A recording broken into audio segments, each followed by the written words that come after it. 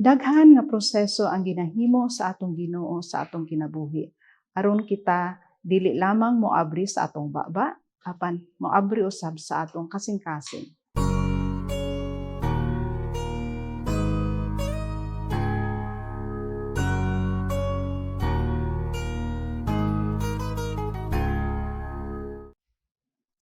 Maayong adlaw, mga kaigsuonan ko ni Kristo.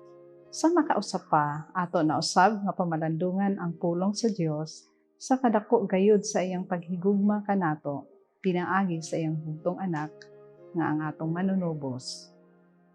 Ang atong ebanghelyo karon mao ang apasumpay sa ebanghelyo kagahapon nga migawas sa teritoryo sa Israel ang atong Ginoong Hesus aron og mipadayon pagayod siya ngadto sa teritoryo sa Decapolis.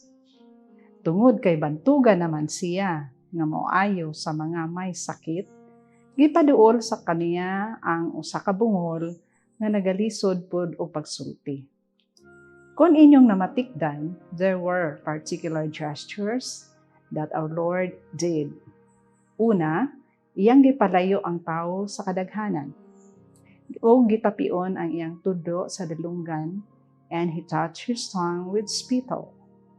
Look up to heaven, and with deep sigh, he said, Ephphatha, meaning be open. The late Father Andre Jelena S.J., akong spiritual director, usa ka Bible scholar or exegete, and an international director niingon.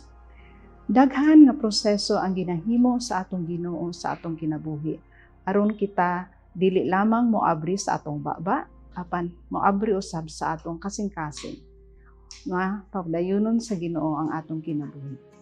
Symbolic kaayo ang healing session sa atong ebanghelyo karong adlaw, ug nindot talandungon nga ihatag gayud sa Ginoo ang atong gipangayo kung kini alang sa atong kaayuhan, as He makes all things beautiful in His time.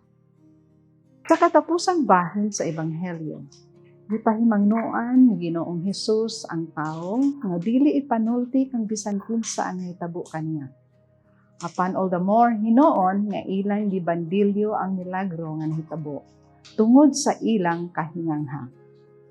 Sa atong kapanahonan karon, makita nato ang mga interpreters or sign language in charge sa santos nga misa. Gitawag nila kini nga sinyas. Dili sayon ang pagkat-on sa maong sinyas, tungod kay himuon man kini nga puno sa pagbati or with feelings, aron mabati gayud sa atong mga kaigsuonan nga dili makadungog kun unsa di ay kadako ang paghigugma sa Dios kanila ug sa mga magialamon nga nag-estudyo ug naningkamot nga makaabot kanila ang maayong balita sa kaluwasan.